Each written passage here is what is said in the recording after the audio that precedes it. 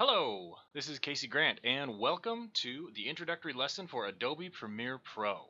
All right, so we're going to go right into it and get started. So first thing that you want to do is create a new sequence. So to do that, go to File, New, Sequence.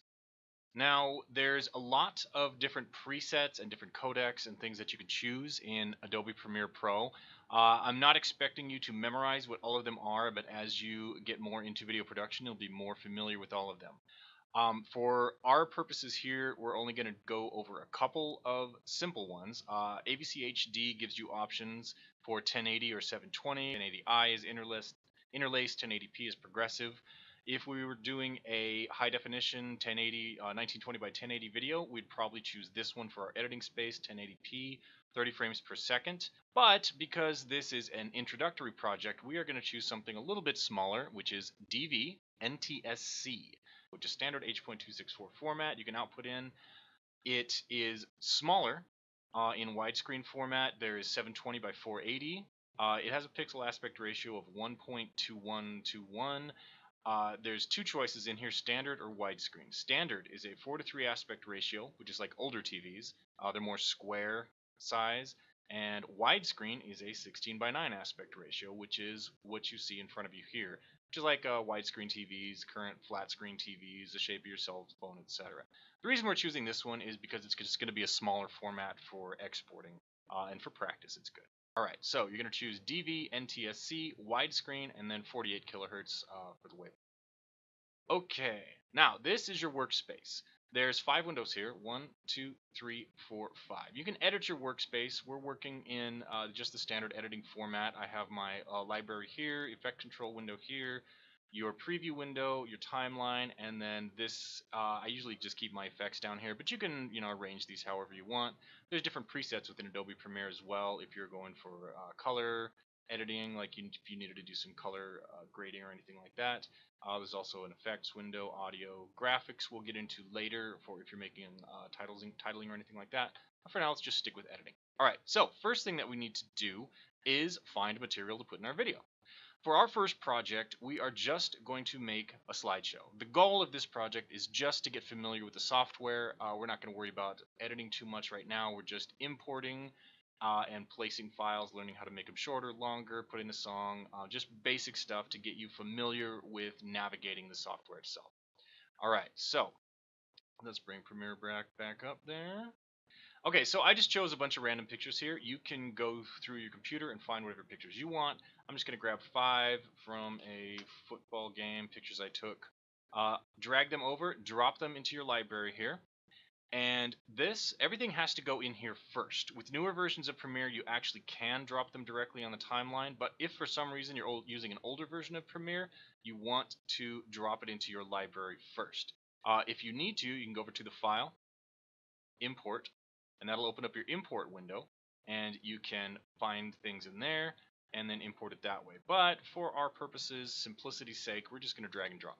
Alright, now, I'm going to take the first picture, drop it into my timeline. Now, theoretically, you could drop it anywhere around here in your timeline, but if you dropped it, like right there, well, that is 1 minute into your video. So, if you were to hit the play button, or you hit spacebar on your mouse, or on your keyboard is the shortcut for play, it's going to take a whole minute before it gets to that picture. So, I don't want to wait that long. I want this picture to be right at the beginning. So, I'm going to drag it and drop it right at the beginning. And also, if you notice, that picture is really zoomed in. So here's the actual picture. It's this goofy scarecrow thingy I took a picture of. So I want that picture to fit my frame. There's a couple different ways to do that. For this project, we're just going to use the simplest version, which is to right-click on your clip down here and go to Scale to Frame Size. Now that just scales it down. If it's too large, it'll scale it up if it's too small. So later on, we'll get into going into your effect controls and manually scaling it up and adjusting your pictures that way. But for now, scale to frame size works just fine. Right-click, scale to frame size. Okay, so we got one picture in there. Let's drop in a second picture. Put it right next to the other one. And we have the magnet turned on, the snap tool, so it will snap right in next to it. Okay, so now going forward, there's our second picture. Same thing. Got to right-click, scale to frame size. There we go. And drop in a third picture. And got to move the little time slider over. Look at it there, way too big. Right click, scale to frame size. There it is. Drop in the next one and go over to that. Right click, scale to frame size. And let's drop in the fifth one. And look at that, right click, scale to frame size. All right, so now, technically we've made a video. It's, not a whole lot going on, but if I was to press play and see the time code starts moving here, after about 5 seconds, changes pictures.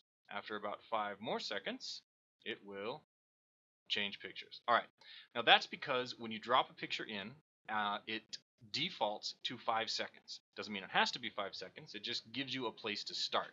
So from 5 seconds, you could make it either longer or shorter.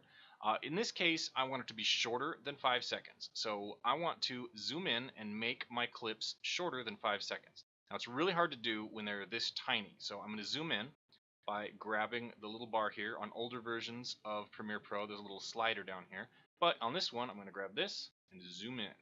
Now, what that does for me is now I can see a little preview of my picture down here.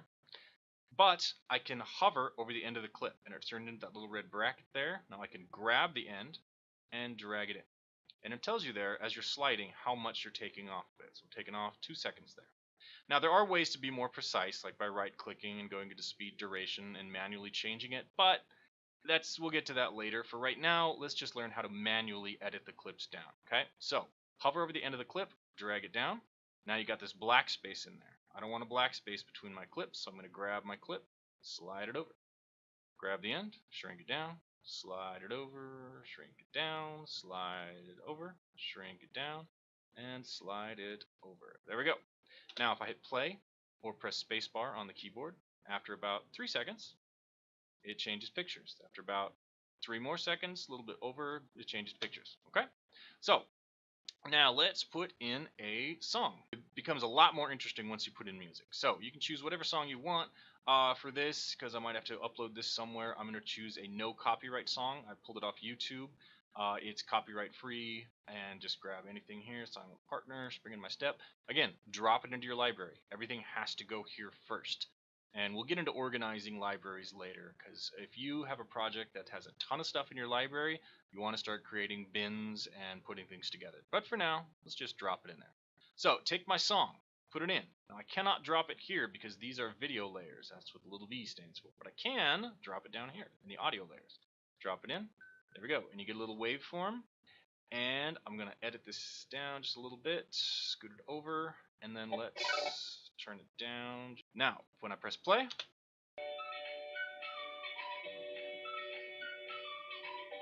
so there you can see that we have music playing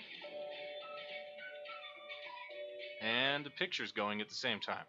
All right, so that's that. Now the last thing I'm going to show before we get ready to move on to the next step is transitions. So right now the pictures just kind of pop from one to the next. I'm going to mute that audio track so I'm not talking over it. It just kind of pops from one picture to the next. So we're going to go in and put some transitions in between them. That's where this window comes into play. Down here under our video transitions, I'm going to expand that. Under video transitions, there's all these little subfolders. I can expand those. We got cube spin, flip over, dissolves, immersive video. Okay, so I'm just going to pick one of these little squares, drop it where the pictures touch. Now when you drop it on, it'll highlight where it touches. Now you could have one leading into the next picture or heading out of the previous picture. I'm going to have it put right in the middle so it transitions from one picture to the next. Probably one of the most widely used one is the good old cross dissolve. Just cross dissolves from one picture to the next. And there's some VR, like the newer versions of Premiere have virtual reality transitions and stuff, which are fun. I have a 360 camera that I've actually played with these, and they're neat. I'll say that. And there we go. There it is. So let's see what that looks like. Let's unmute that. See what that looks like. Cube spin. And dip to black. And cross dissolve. Alright, so that's it for this tutorial. Just teaching you how to import clips, or excuse me, import pictures. Import a song, how to edit them down, how to scale them to fit the frame size, and how to bring in a song. In another video, I'll go over how to do titling sequences and how to prepare our video for export to upload to a video hosting site.